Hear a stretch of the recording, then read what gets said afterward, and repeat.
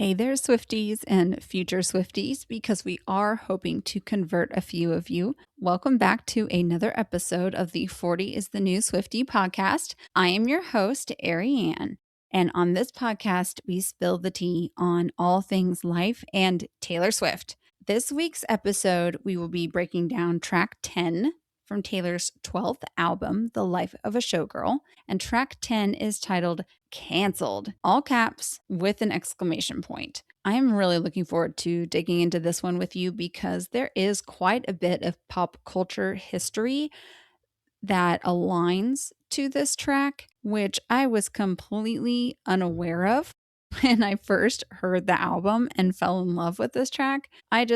I loved it for a number of reasons before I understood the pop culture connection to a very specific incident in the life of one of Taylor's friends. Once I understood that, I fell in love with it all over again and with Taylor all over again because it's just evidence of how stinking brilliant she is. So, first, we're going to break down Canceled, and then I'm going to give you all an update on History Day from Lily because I know it is a long time coming, highly anticipated, and I look forward to sharing that update with you. All right, let's dig right in. Track 10, Canceled from The Life of a Showgirl by Taylor Swift. I typically give you the history lesson first and then I jump into the lyrics, but this one is just so cunning and clever and perfectly written that I can just start reading you the lyrics and then I'm going to give you the pop culture as we go. All right, here we go. You thought that it would be okay at first. The situation could be saved, of course, but they'd already picked out your grave and hearse. Beware the wrath of masked crusaders. Did you girl boss too close to the sun? Did they catch you having far too much fun? Come with me, when they see us, they'll run. Something wicked this way comes. So that's the first verse. And she just jumps right in. You thought that it would be okay at first. So when we think about cancel culture in general, whether that's with celebrities or even in our own personal day-to-day lives, I think 9 times out of 10, a situation arises and we want to be hopeful. We want to believe that it's all going to work out for the best, that it's not as big of a deal as we're making it out in our heads, and our support system will be there to do their job, support us. We will work it out. We'll come out on the other end stronger for it. We thought that it would be okay at first. The situation could be saved, of course. Gosh, countless times have I had those thoughts. The situation could be saved, of course. Sometimes it was. And I would imagine that for Taylor and her friend, Blake Lively, who I am 1000% convinced this song is about, have been in many, many situations where the assumption that the situation could be saved, of course, was true. And they were able to work it out. They have both also had instances, though, where it wasn't that simple. But they'd already picked out your grave and hearse. Beware the wrath of mass crusaders. They'd already picked out your grave and hearse. I first heard this song and heard those lyrics. It was one of those moments where I'm just like, Taylor girl, I love you. You're a genius. They'd already picked out your grave and hearse. Like, it's a done deal. They've already killed your reputation before you even really realize that there's a problem. They're already working out the details of ending you. They've already decided that you're ended and they've moved on. They've already picked out your grave and hearse. As far as they're concerned, this is a done deal. The situation cannot be saved. They know that for a fact, and they have the ball rolling on the next steps. Beware the wrath of masked crusaders. I thought that one was interesting too. How many times have we been in challenging situations and we thought that we had heroes on our side? They turned out to be the villains. I believe that this is a warning from Taylor. Beware the wrath of masked crusaders. We, as just normal everyday people, really should be mindful and trust our intuition when it comes to who we're surrounding ourselves with, and most especially like my inner circle. I have had to learn that lesson the hard way time and time and time again, that first impressions are not always the truth when it comes to trusting people. Now, I have learned that any time that my intuition was telling me this person cannot be trusted, I was right. I was right to think that, and I was right to believe it and act on it. There have been quite a few times, though, when I believed that a person was trustworthy. And I think that's because I want to believe that inherently there's a little bit of good in all of us, even the bad people. I want to see that good. I want to trust it. Or this part is probably more true and more likely if I'm being like brutally honest with myself. There's something I have to gain from trusting that this person is good. I have had countless mass crusaders in my life who wound up being the enemy and the villain. And if I'm encountering that in my nobody everyday life, I can't even begin to imagine how much more important it is for celebrities and people in power like Taylor Swift to be aware at all times, to do their due diligence. And I've also noticed as I've watched more of Taylor's documentaries and just pay closer attention to who she surrounds herself with, it's the same people. She finds her people and she is fiercely loyal. Her costume designer, her production team, her agent, her band, her backup dancers, her backup singers. If you watch The End of an Era, the docuseries, you will see they tell background stories on a lot of these individuals, or not a lot of them, but each episode does provide us a background story of one of these individuals. So we hear from a band member, two of her dancers, well, three of her dancers really, and we hear a little bit from her costume designer. The majority of them have either been with her for years and years and years, or if you pay attention to the work that she's doing now, she's become fiercely loyal to those individuals who were new to her during the Eras tour, but are a part of the Taylor Nation family now. She uses a lot of those individuals. I believe every single one of the dancers is in the Fate of Ophelia music video, which is track 1 of The Life of a Showgirl. And then her band and even the individuals that she produced this album with, she's done quite a few albums with them, Max Martin and Shellback. Those are the only other two writers and producers on The Life of a Showgirl, and she's worked with them many, many times before. So I would imagine that although I believe that Canceled is a story about Blake Lively, and a situation that she's currently in, Taylor always finds a way to work other pieces of the story into it. She's very passionate about bringing up the next generation of artists. So I see this track as not only kind of a loyalty manifesto to Blake, it's also a warning and learn from my mistakes type of situation for those younger artists who are coming up behind her. Okay, did you girl boss too close to the sun? This one had me a little confused for a while. First of all, I had to look up this reference of like getting too close to the sun, and it actually stems from a Greek myth about a character named Icarus. Icarus. I don't know if I'm saying that right. I apologize to those of you who know whether it's Icarus or Icarus or Icarus. It describes taking extreme risks that lead to an inevitable downfall, often when someone ignores warnings or overreaches their limitations. So this Greek character, he flew too close to the sun. And so the phrase comes from the Greek myth of Icarus, who, along with his father, used wings made of wax to escape imprisonment. Despite warnings, Icarus flew too high. The sun melted the wax, causing him to fall. It's not uncommon for people to use that phrase, like, did you fly too close to the sun? Or he flew too close to the sun. Now, in the song, Taylor says, did you girl boss too close to the sun? I loved those lyrics just because that makes total sense. I mean, how often do we hear about women, quote unquote, getting too big for their britches or overstepping? And whether they actually did or not, it's so easy for our culture to perceive that they did, especially if they are breaking records, doing groundbreaking work, trying new things that other people, especially men, have attempted before and failed at. So I would have imagined that somebody would have described Taylor as girl bossing too close to the sun regardless. But as I started kind of connecting the pieces that maybe Canceled was about Blake Lively, and I started doing my pop culture research, I found a direct quote in correlation. Okay, this is where I'm going to pause on the lyrics, and I want to give you a little bit of background about why I think the song Canceled is about Blake Lively. So, Lively is actually in the middle of a lawsuit where she has filed complaints against Justin Baldoni, claiming that he allegedly created a hostile work environment for her, including unnecessary, intimate, or uncomfortable filming scenarios. There was also some creative conflict between them.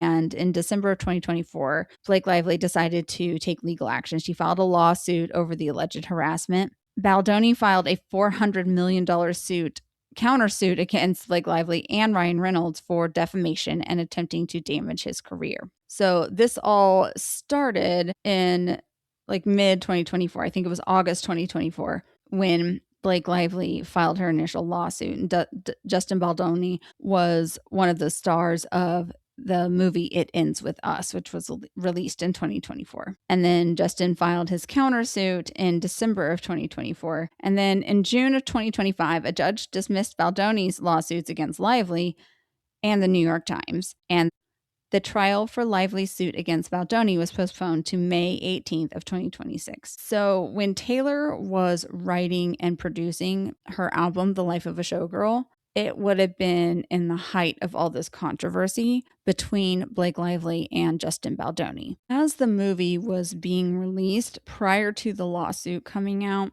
Lively also experienced some accusations that she was kind of quote unquote tone deaf to the concept that It Ends With Us is about a domestically violent couple or a woman experiencing domestic violence within her relationship. And yet she decided to market it as a girls' night out floral rom-com. Now, I kind of understood why she did this.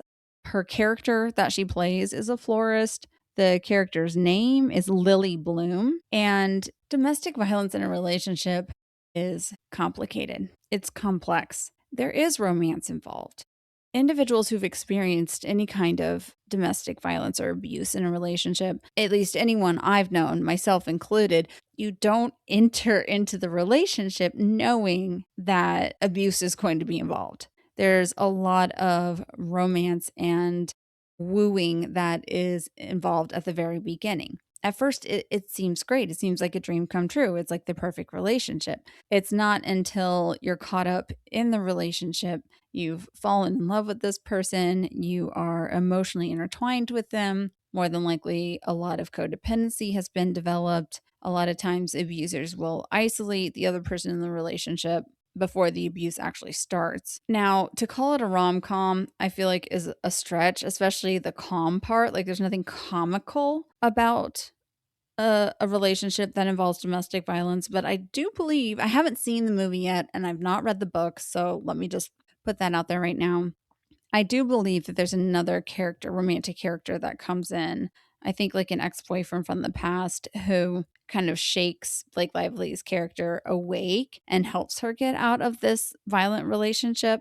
So there's a lot of romance involved. Her character's name is Lily Bloom.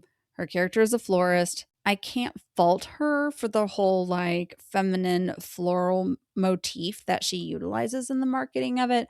But to call it a rom com, that is a little tone deaf when it's a domestic violence film. It's not a girls' night out. Although, again, like girl power, feminism, I'm on the fence on this one, friends. Like, I'm never going to call it a rom com, but I understand where she's coming from with that marketing approach. Unfortunately, she was scrutinized pretty badly in the media for choosing to market the film that way. And somewhere along the way, a conservative commenter named Candace Owens, as well as several TikTok creators, used the exact phrase, girl bossed too close to the sun, to describe Blake's attempt to market the film in this way.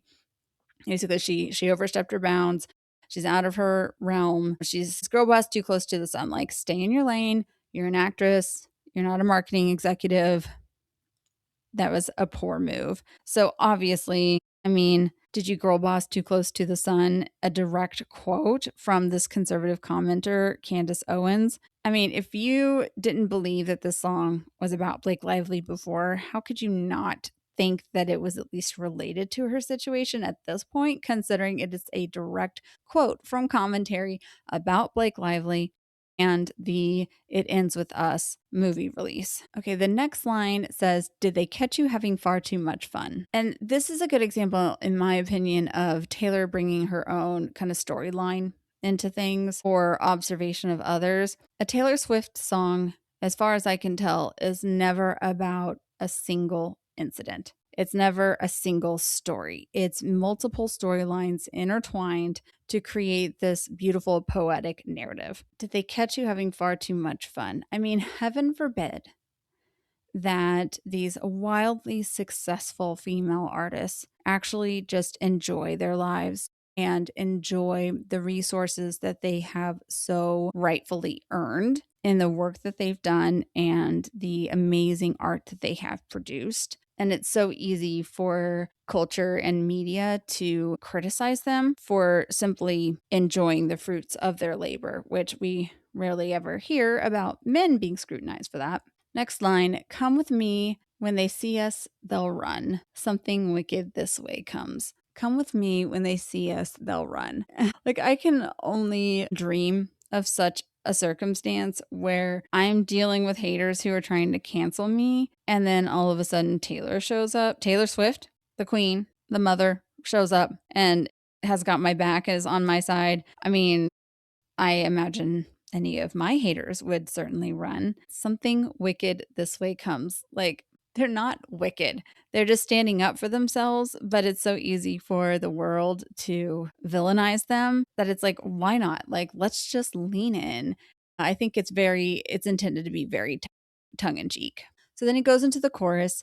"Good thing I like my friends canceled. I like 'em cloaked in Gucci and in scandal. I like my whiskey sour and poison thorny flowers. Welcome to my underworld where it gets quite dark. At least you know exactly who your friends are. They're the ones with matching scars. Good thing I like my friends canceled. I like 'em cloaked in Gucci and in scandal." For those of you who may not know, Blake Lively has actually been the face of Gucci, specifically their premier fragrance, for years. And she's known frequently to wear the Gucci brand to high profile events. So, again, undeniable reference to Blake, but also just to the idea of women showing up dressed to the nines in designer outfits and designer pieces. Taylor's very well known for that too. Her everyday go to outfit is typically like some kind of well worn vintage t shirt and comfy shoes and bottoms. But when it's time to dress up and put on the part of celebrity, she does it better than most. Some of my favorite outfits that she steps out in are when she attends Chiefs games. There was a transition. I mean, it was dark and almost alarming where she initially was showing up to Chiefs games wearing really cute Chiefs pieces created by local businesses in Kansas City. And then I don't think it was mid-season. I think it was the next season at the very first game, home game, she showed up like just decked like from head to toe in Chanel and Louis Vuitton. She kind of transitioned from like the girly casual girlfriend to like more of a wife, like a player's wife image. Even though this was long before they got engaged, you just saw this like massive contrast and transition from her very kind of innocent, girlish, casual look to this insanely just dressed to the nines fire. I mean, every single outfit ate. I confess that I've even like utilized AI sometimes to like dress me in outfits similar to what she wore. And then I try to build outfits around the same concept with pieces I can actually get my hands on. Like, that's how much I adore this woman and her style, all the things about her. But, Taylor is just as much cloaked in Gucci and scandal as Blake Lively and many of her other celebrity friends. I like my whiskey sour and poison thorny flowers. I did some research on the history of Blake Lively and this song prior to recording this episode, and they're trying to say that Like My Whiskey Sour and Poison Thorny Flowers are references to Blake's brands Betty Buzz and Betty Booze, and also the movie, because Blake's character in It Ends With Us is Lily Bloom, and she's a florist. But Taylor references cocktails and flowers very frequently in her songs. I don't know. That tie to Blake feels pretty loose. This is this is just typical. I don't want to say typical. Nothing about Taylor Swift is typical, but this is Taylor's style to bring cocktail references and like plant or flower references into the song. So this just feels like, Taylor being Taylor and finding ways to bridge the facts with poetry. Welcome to my underworld where it gets quite dark. At least you know exactly who your friends are. They're the ones with matching scars. She sings this line so beautifully. There's a dark undertone to it, though, even without using the word dark. But welcome to my underworld where it gets quite dark. At least you know exactly who your friends are, the ones with matching scars. Trauma bonding, it's real. Lily asked me the other day why millennials are so obsessed with identifying with our generation. Like, why do millennials have to go around saying that they're millennials all the time? And I was like, girl, trauma bonding. 2 words, trauma bond. And she was like, what were you traumatized by? Like, and do not say Y2K. And I was like, are you kidding me? Like, Y2K was nothing. Gifted the participation trophy era. I mean, we are all walking around just these like damaged, emotionally stunted people pleasers and perfectionists. We are the generation that can remember both life with and without internet. We are the generation that was coming up in our formidable years during 9/11 and the aftermath of that. We were the first generation to consistently experience school shootings. We're being raised by baby boomers who have their own set of just, issues. I mean, it goes on and on. So don't even come at me about trauma bonding and millennials, and happy to get into that. My fellow millennials, please jump into the comments and back me up here. Like, which one of these things or even other trends that you've seen on social media can you most relate to? I want to hear from you. So hop in the comments, jump on Instagram. I'll post a question like, millennials, what is your number one trauma bond experience with your fellow millennials? We know exactly who our friends are because we are the ones with matching scars. And I imagine that Taylor could say the same about experiencing cancel culture. We move on to the second verse. It's easy to love you when you're popular. The optics click, everyone prospers. But one single drop, you're off the roster. Tone deaf and hot, let's effing off her. All right, I'm going to pause there. The optics click, everyone prospers.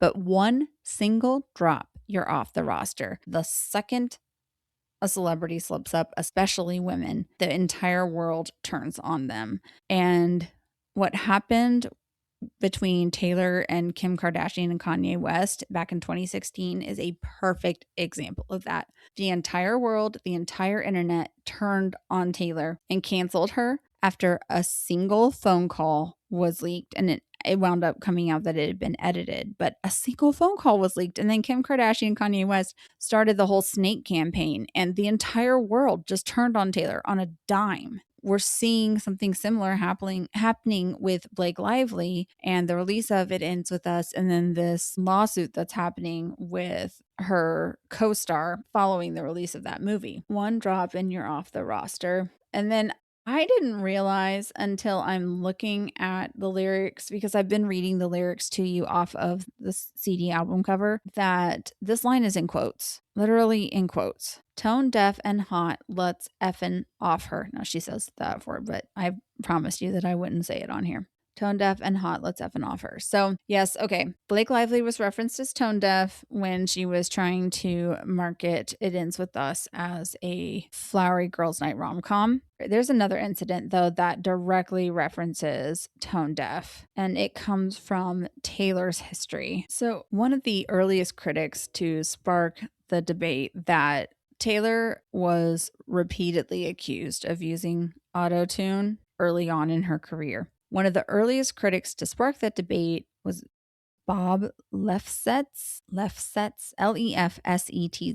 Bob Lefsetz. Another name, lots of names in here that I'm not sure I'm pronouncing right this time. After her 2010 Grammy performance, he came out and accused her of just having really weak vocals and using autotune, which Taylor responded to pretty strongly. She was really hurt by that. And when she released her next album and went on tour, she intentionally invited all the critics who were saying that about her to VIP attend her concert solely so that they could witness the fact that every single song she sang was not using autotune. And at that point, she had worked on her vocals and really strengthened her vocals. And she just was absolutely dead set on proving them wrong to their faces. So this is most definitely like a double reference to those critics early on in Taylor's career, as well as Blake Lively being accused of being tone deaf. And then to just say, let's effing off her.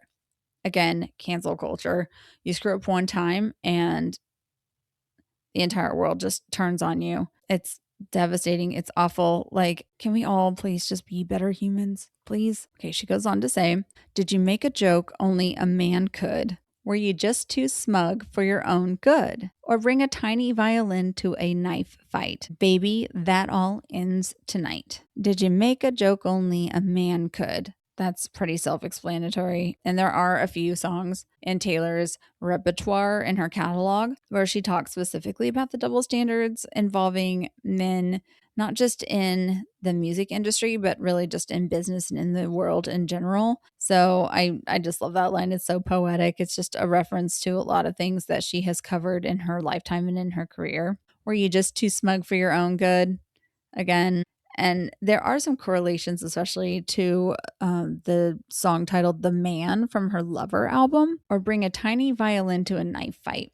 So this isn't the first time that Taylor has referenced a knife. Well, there's another song where she says, did you bring a knife to a gunfight? But this time she says, or bring a tiny violin to a knife fight. So there's beef. I don't want to say beef because I don't know. I don't know them. I wasn't a part of the conversations, but there has been some drama between Blake Lively and Taylor Swift since the whole lawsuit thing kind of went down. Taylor had Blake's back through all of this. And then in early 2026, reports surfaced that Taylor was actually subpoenaed in the Lively Baldoni legal battle because of texts that they exchanged, and these texts were leaked from some files in the court case. Taylor allegedly texted Blake that Justin Baldoni had gotten out his tiny violin.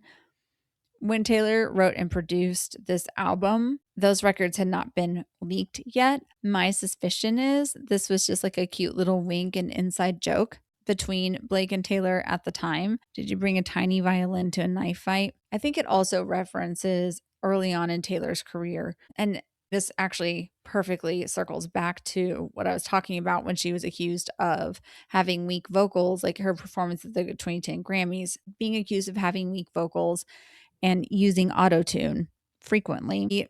She used to try and argue and battle this out with these individuals, with her critics on social media or in the media in general. She did it a lot on social media. She tried to prove them wrong with her words as much as she did her actions and her art. I'm going to guess that this is a double reference. It's an inside joke between her and Blake and that text message about Justin Baldoni getting out his tiny violin. It's also a reference to her early on in her career when at the time, she thought that she was doing everything she could and she thought she was doing the right thing. Looking back, she's probably reflecting and realizing that oftentimes she too brought a tiny violin to a knife fight. At the time, that was the tool she had in her toolbox. I'm not going to criticize or judge her for that. I've been guilty of the same thing. She's learned a lot over the years. She's much wiser. She's a lot more cunning and creative and masterful when it comes to, I'm not even going to say retaliation, but just proving her point and proving herself right without having to get out that tiny violin and without having to just get up on a soapbox. She does it with her art and her success, which is effing brilliant. And then she says, baby, that all ends tonight. And then it goes back into the chorus. Good thing I like my friends canceled. I like 'em cloaked in Gucci and in scandal, like my whiskey sour and poison thorny flowers. Welcome to my underworld. it'll break your heart. At least you know exactly who your friends are. It is heartbreaking. It's heartbreaking. It's heartbreaking that we live in a world where cancel culture is even a thing, where people at the push of a button have the ability to completely destroy another human being and their reputation, sometimes nameless and faceless. It is heartbreaking and it's devastating to experience. It's also devastating to watch it happen to someone who you care about. And so she says, at least you know exactly who your friends are. They're the ones with matching scars. Here's a bridge. They stood by me before my exoneration. They believed I was innocent, so I'm not here for judgment. No.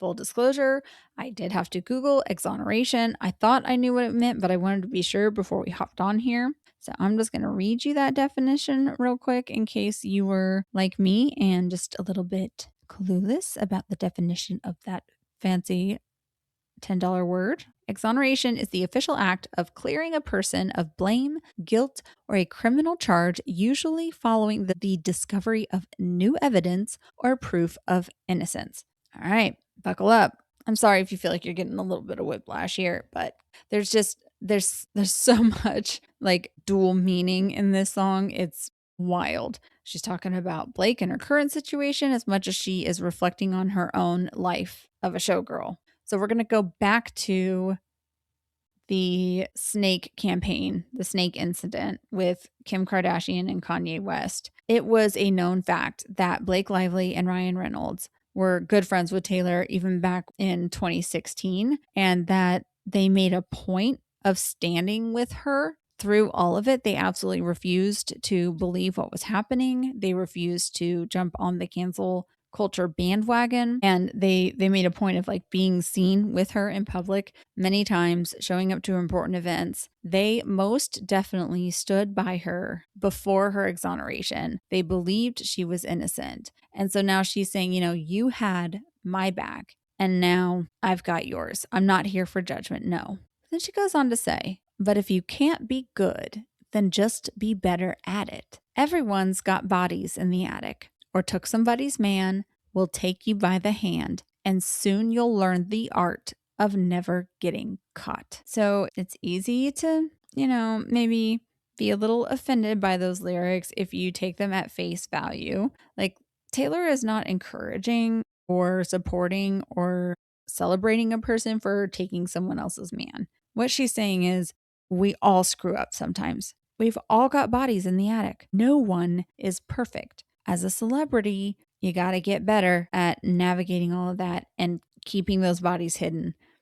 And it stinks that they have to do that. I mean, wouldn't we all like to just keep our bodies in the attic and never have our weaknesses and mistakes exposed, especially when it could potentially hurt another person? I mean, I would hope we would want to keep those things to ourselves and just work through them on our own privately. And it's like, if you can't be good, which obviously no one can be perfect, then just be better at it. Get smarter, get wiser, get more cunning when it comes to navigating these things and making sure that you're able to keep them to yourselves, which Taylor is a poster child of. And soon you'll learn the art of never getting caught. And I mean, I would argue that out of all the celebrities who are constantly in the spotlight, Taylor's one of the most skillful at never getting caught, never letting the bodies in her attic show, keeping her business to herself. And then we go back to the chorus. It's a good thing I like my friends canceled. You know that I like 'em cloaked in Gucci and in scandal. Like my whiskey sour and poison thorny flowers. It's a good thing I like my friends canceled. I salute you if you're much too much to handle. Like my whiskey sour.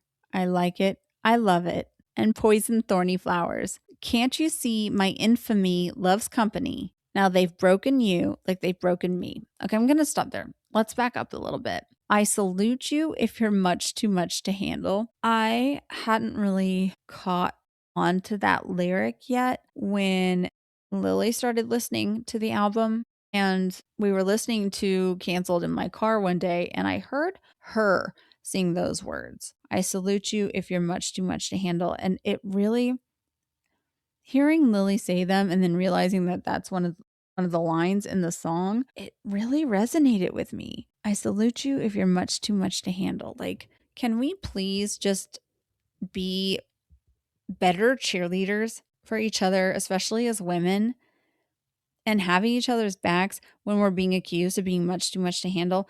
I have been accused of this recently and repeatedly. I'm not too much to handle. I am threatening to people who lack the ability to get on and stay on my level. There's a big difference between the two. Unfortunately, most of the time, especially in my circumstances, the ones accusing you of me being too much to handle, they're going to win. Their voices are louder. They have more power in the situation. You have to just walk away. There's no bringing your tiny violin to that knife fight. Taylor has learned that time and time again, too. She salutes us, those of us who are accused of being much too much to handle, because holy Toledo, how many times has Taylor been accused of that? I mean, for real. Then she goes on, can't you see my infamy loves company? I mean, yeah, like it's lonely when you're canceled. It's lonely when you're canceled. Of course, your infamy loves company. Now they've broken you like they've broken me, which is so sad. The next line's great though. But a shattered glass is a lot more sharp. And now you know exactly who your friends are. You know who we are. We're the ones with matching scars. But a shattered glass is a lot more sharp. There's countless motivational quotes out there when it comes to being broken. One of my favorites is that the cracks are what allow the light in, and then the like gold, metal, precious metals being refined in the fire. There's countless motivational quotes out there about how being broken actually makes you stronger in the end. I'm also a huge advocate. And Brene Brown, let me just I'm all over the place. Stay with me here.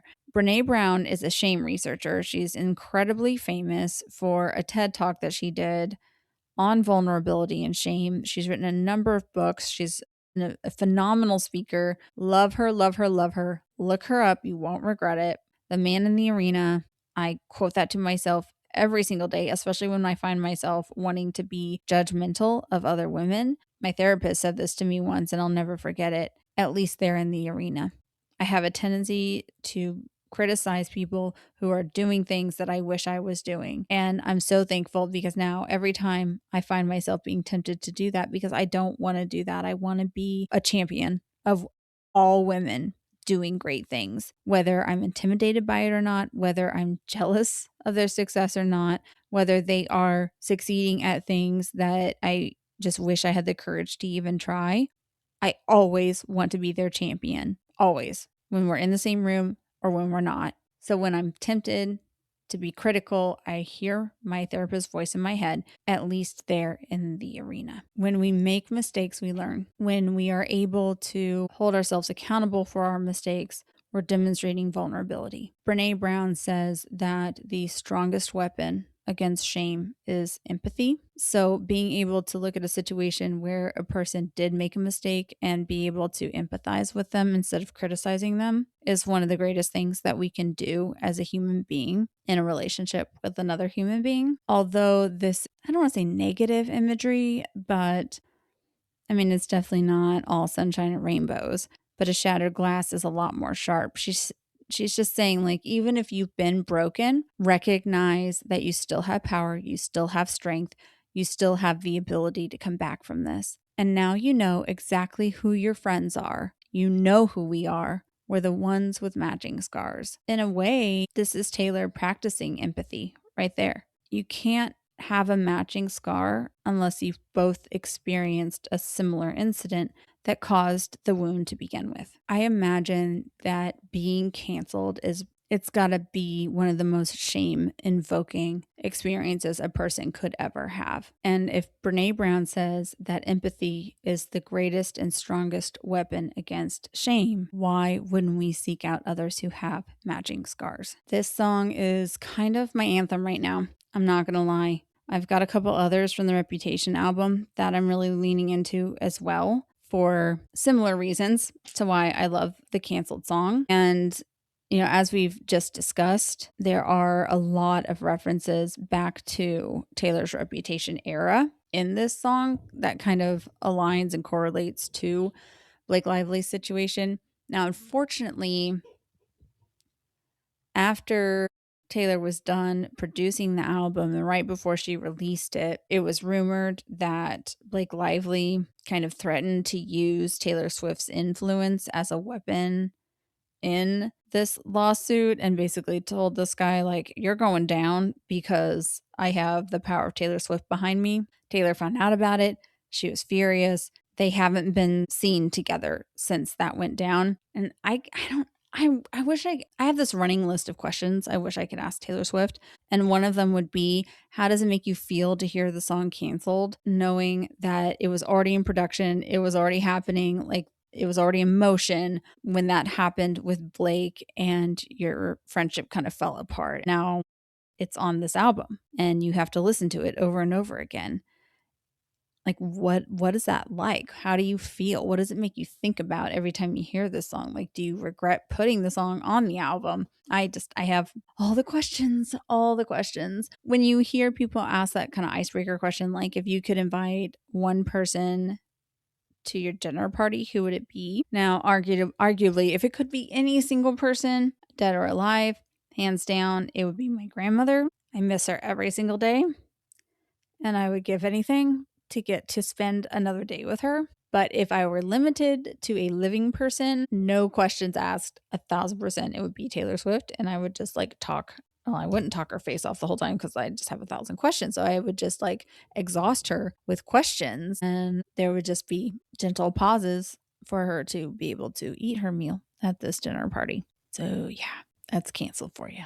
Track 10 on Taylor's 12th album, Life of a Showgirl, canceled. All right, I promised you an update on History Day with Lily. So I am so incredibly excited and proud to share with you that she and her partner took first place at regionals. And they didn't just take first place, they had a nearly perfect score, which means they are now going on to the state competition. And if they place, I believe they place in the top 3, then they get to go on to nationals in Maryland this summer. We're already booking our hotel. I don't mean to jinx it. That's just how insanely brilliant and talented these girls are.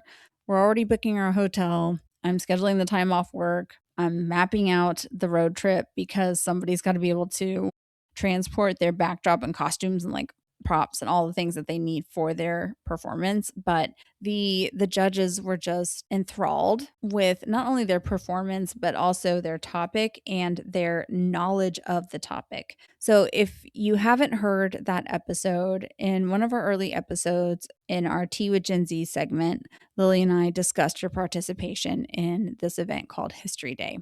Lily's topic is on Arthur Cooney, who revolutionized the technology that we now know as incubators in the NICU. And I'm not even entirely sure how they landed on that topic, but it is fascinating. Long story short, because I would totally just botch all of the details, he used research and the early works of a doctor who realized that he could transform the same technology that was used to incubate chicken eggs and potentially use that technology to save the lives of premature babies. And in order to fund this research, they put the babies on display at Coney Island with the catchphrase, "All the world loves a baby." They had the best of the best nurses caring for these children 24/7.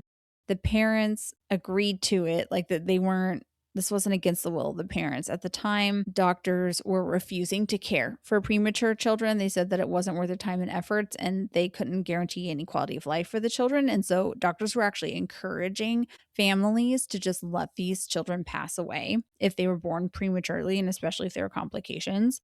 And so parents were voluntarily bringing their premature newborn babies to Dr. Cooney in hopes that he could do something to help them. And he would put them in these incubators, and then people would pay an entry fee to come see them. A lot of folks had favorites. They would grow emotionally attached to a baby and become emotionally involved in the success of this baby's progress and ability to live and have a high quality of life. And so they had regulars. They had people who would pay to come every single day to see these babies and see how they were progressing. That is how they funded their research. It never cost the families a penny. And rumor is that Arthur Cooney wasn't even actually a doctor. He didn't have any professional or official credentials or education. He just had an interest and had access to the right mentors and resources and just had a natural ability to figure out how to make this thing successful. And I mean, I would have to argue like a medical doctor probably wouldn't have the creative capacity to think to put newborn babies on display at Coney Island to fund their research. It's so brilliant. So Lily and her partner get into that. It's part of their script, it's part of their research, just how badly Dr. Cooney was scrutinized by the medical industry for not having the right credentials. Yet look at where we are today and the millions of lives that have been saved as a result of his actions and research. And thank God that he did not listen to the critics and the naysayers and the haters. Like the medical world tried to cancel him. He refused to accept that. And now here we are today, continuing to save lives on a daily basis in the NICU as a result of his research and his work. So that's where we're at with History Day. That's a little bit more about Lily's and her partner's topic. They were able to articulately answer all the questions from the judges. The girls have done an amazing job of working together to share the knowledge and take turns answering so that one of them wasn't a dominant voice in answering these questions. They allowed their partner to also speak so that it was obvious that this was a partnership and not one person carrying any specific load in the work. The judges were incredibly impressed by their ability to answer the questions in that way. And then also, at one point, they asked how they came up with the script, how it originated. The girls explained that they started writing the script and they got pretty far into it. They had it more than 50% written. It just wasn't clicking. They kept hitting writer's block. The scenes weren't transitioning smoothly. They just didn't feel like they were telling the narrative in the way that they wanted to. So they recognized that it wasn't working. They scrapped all the work that they had already done and started all over again. And then it resulted in this amazing presentation that won them first place at regionals. And I guarantee they're going to crush it at state. And we're going to be going to Maryland this summer. But I'm sorry. No, sorry, not sorry. Bragging on my kid and her partner. They're doing phenomenal work. She's just the coolest kid I've ever met in my life. I tell her on a regular basis that I am so grateful and humbled that I have the privilege of getting to be her mom. And I look forward to continuing to provide all of you with updates as we progress in Lily's History Day experience this year. Hopefully, I will be sharing a great success at state, and then I will let you know what our road trip to Maryland and back is like, because we have never done anything like that before together. That concludes this week's episode of 40 is the New Swiftie podcast, where we spill the tea on all things life and Taylor Swift. I hope you learned a few things about Taylor, about pop culture, about me, maybe even about yourselves. Take care, my little Swifties, and I look forward to talking to you again soon. Bye.